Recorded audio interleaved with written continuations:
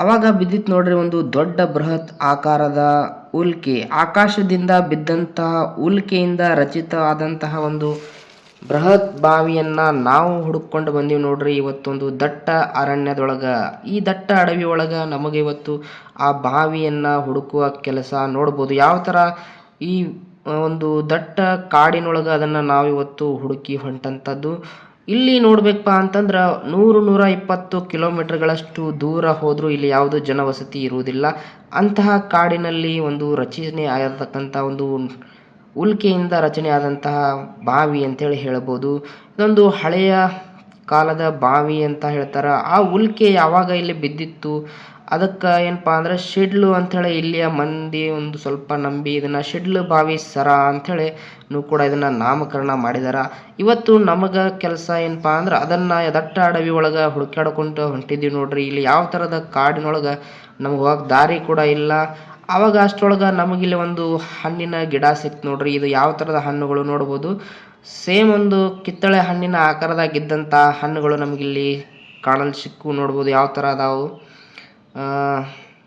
ಹಸಿರು ಗಿಡಗಳ ಮಧ್ಯೆ ಇಂಥ ಒಂದು ಹಣ್ಣಿನ ಗಿಡ ನಮ್ಗೆ ಕಾಣಿಸಿತ್ತು ನೋಡ್ಬೋದು. ನೀವು ಯಾವ ಥರ ಇದು ಹಣ್ಣನ್ನು ತಿನ್ನೋಕ್ಕೆ ಯೋಗ್ಯವಾಯಿತು ಏನು ಇಲ್ಲೋ ಗೊತ್ತಿಲ್ಲ. ಇದನ್ನು ನಿಮಗೆ ಗೊತ್ತಿತ್ತಂದ್ರೆ ದಯವಿಟ್ಟು ಕಮೆಂಟನ್ನು ಮಾಡಿರಿ. ಆಮೇಲೆ ಅದೇ ರೀತಿ ನಮ್ಮ ಚಾನಲ್ಗೆ ಯಾರು ಹೊಸದಾಗಿ ಬಂದಿರಿ ಸೊ ದಯವಿಟ್ಟು ನಮ್ಮ ಚಾನಲ್ನ ಸಬ್ಸ್ಕ್ರೈಬನ್ನು ಮಾಡಿಕೊಳ್ರಿ.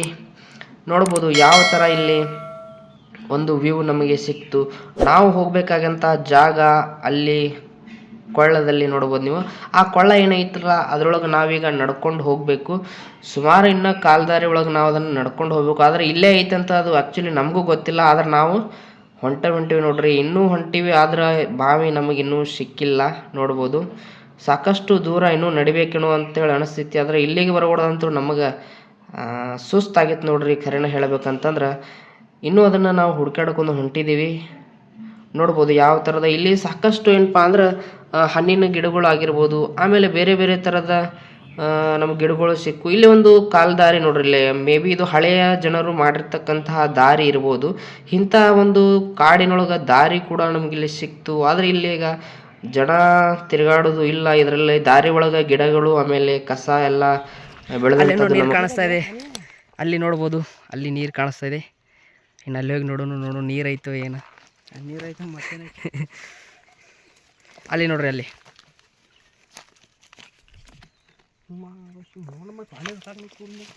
ಸೊ ಈ ಥರದ ಕಾಲ್ದಾರಿಯಲ್ಲಿ ನಡ್ಕೊಂಡು ಹೊಂಟಿವಿ ನೋಡ್ರಿ. ವಾವ್, ಈ ಥರದ ಒಂದು ಬಾವಿ ಇದ ನೋಡ್ರಿ.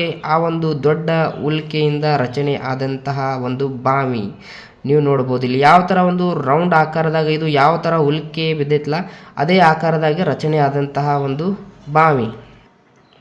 ಈ ಒಂದು ಉಲ್ಕೆಯ ಅಪ್ಪಳಿಕೆಯಿಂದ ಉಂಟಾದ ಒಂದು ಬಾವಿ ಇದು. ಇದರ ಹಿಂದೆ ರೋಚಕ ಇತಿಹಾಸ ಐತೆ ನೋಡ್ರಿ. ಈ ಸ್ಥಳ ಹಲವು ವರ್ಷಗಳಿಂದ ಜನರ ಕುತೂಹಲಕ್ಕೆ ಕೆರಳಿಸಿರುವ ಒಂದು ಹಿಡನ್ ಪ್ಲೇಸ್ ಅಂತ ಆಗೈತಿ ನೋಡ್ಬೋದು. ಇಲ್ಲಿ ಈ ಉಲ್ಕೆಯ ಅಪ್ಪಳಿಕೆಯ ಪರಿಣಾಮದಿಂದ ಭೂಮಿಯ ಮೇಲ್ಮೈ ದೊಡ್ಡ ಏನಪ್ಪ ಅಂದ್ರೆ ಕುಳಿಗಳು ಉಂಟಾಗಿ ಅದರಲ್ಲಿ ನೀರು ತುಂಬಿಕೊಂಡು ಈಗ ಬಾವಿಯಾಗಿಂತ ಆಗಿರ್ಬೋದು ನೋಡ್ಬೋದು. ಇಲ್ಲಿ ಜಲಚರ ಜೀವಿಗಳು ಕೂಡ ಇಲ್ಲಿ ನಮಗೆ ಕಾಣಿಸಿದ್ದು. ಮೀನಿನಂತಹ ಒಂದು ಜಲಚರ ಜೀವಿಗಳು ಅಂತಂದ್ರೆ ಇಲ್ಲಿ ಸಾಕಷ್ಟು ಏನಪ್ಪ ಅಂದ್ರೆ 12 ತಿಂಗಳ ನೀರು ಇರ್ತಿರಬಹುದು ಅಂತ ನಮಗೆ ಅನಿಸಿತ್ತು.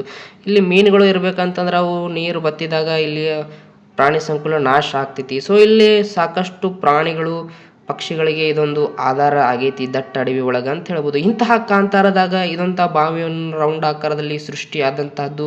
ಒಂದು ಕಲ್ಲನ್ನು ಎಸೆದು ನೋಡಿದಾಗ ಸುಮಾರು 100-130 ಅಡಿ ಇದರ ಆಳ ಐತಿ ಅಂತ ಹೇಳಿ ನಮಗೆ ಗೆಸ್ ಮಾಡಲಿಕ್ಕೆ ಸಾಧ್ಯ ಆದಂತಹದ್ದು ನೋಡ್ಬೋದು ನೀವು. ಇನ್ನೂವರೆಗೂ ಇಲ್ಲಿ ನೀರಿನ ಗುಳ್ಳಿಗಳು ಬರಾಗ್ತವ.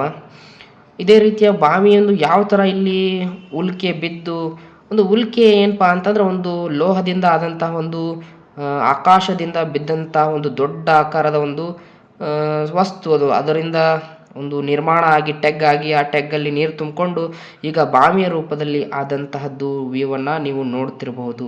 ಇದನ್ನು ನಾವು ಹುಡ್ಕೊಂಡು ಬಂದದ್ದಕ್ಕೂ ಇವತ್ತು ಸಾರ್ಥಕ ಆಯ್ತಂತ ನಮಗೆ ಅನಿಸ್ತು. ನೋಡ್ಬೋದು ಯಾವ ಥರ ಇಲ್ಲಿ ಒಂದು ನೈಸರ್ಗಿಕ ದೃಶ್ಯ ನಮಗೆ ಕಾಣಿಸಿತ್ತು. ಅಷ್ಟೇ ಸ್ವಚ್ಛವಾದಂತಹ ನೀರುಗಳು ಪ್ರಾಣಿ ಪಕ್ಷಿಗಳಿಗೆ ಒಂದು ಸಹಾಯ ಆದಂಥದ್ದು. ಇಲ್ಲಿ ಯಾವುದೇ ತರಹದ ಕಲುಷಿತ ಮಾಡಲಿಕ್ಕೆ ಜನರಿಗೂ ಬರಲಿಕ್ಕೂ ಸಾಧ್ಯ ಆಗಿಲ್ಲ. ಅಂತಹ ಒಂದು ಪ್ಲೇಸನ್ನು ನಾವು ಹುಡುಕೊಂಡು ಬಂದು ನಿಮಗೆ ಇಲ್ಲಿ ತೋರಿಸಿದ್ವಿ.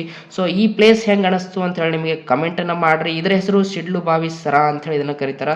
ಯಾಕಂದರೆ ಹಳೆಯ ಜನರು ಇದನ್ನು ಉಲ್ಕೆ ಅಂತೇಳಿ ಬಿಟ್ಟು ಸಿಡ್ಲು ಅಂಥೇಳಿ ನಂಬಿದ್ದು ಕೂಡ ಇಲ್ಲಿ ಕಾರಣ ಆಗಿರ್ತೈತಿ ಅಂತ ಹೇಳ್ಬೋದು. ಈ ಒಂದು ಉಲ್ಕೆಯಿಂದ ನಿರ್ಮಾಣಗೊಂಡಂಥ ಸಿಡ್ಲು ಬಾವಿ ನಿಮಗೆ ಹೆಂಗೆ ಅನಿಸ್ತಿ ಅಂತೇಳಿ ಕಮೆಂಟ್ದಾಗ ದಯವಿಟ್ಟು ತಿಳಿಸ್ರಿ. ಆಮೇಲೆ ಈ ವಿಡಿಯೋನ ಮಾಡೋಕೆ ಸಾಕಷ್ಟು ಕಷ್ಟವನ್ನು ಮಾಡಿದ್ದೀವಿ.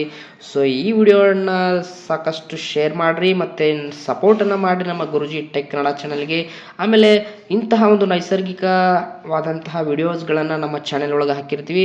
ಸೊ ಯಾರು ನಮ್ಮ ಚಾನಲ್ಗೆ ಮೊಟ್ಟ ಮೊದಲು ಹೊಸದಾಗಿ ಬಂದಿರಿ ದಯವಿಟ್ಟು ನಮ್ಮ ಚಾನಲ್ಗೆ ಹೋಗಿ ನೋಡಿರಿ. ಆಮೇಲೆ ನಿಮಗೆ ವಿಡಿಯೋಗಳು ಇಷ್ಟ ಆಗಿತ್ತಂದ್ರೆ ಲೈಕ್ ಮಾಡಿರಿ, ಶೇರ್ ಮಾಡಿರಿ ಮತ್ತು ನಮ್ಮ ಗುರುಜಿ ಟೆಕ್ ಕನ್ನಡ ಚಾನೆಲ್ನ ಸದಸ್ಯರಾಗ್ರಿ ಅಂತೇಳಿ ಹೇಳಕ್ಕೆ ಇಷ್ಟಪಡ್ತೀನಿ.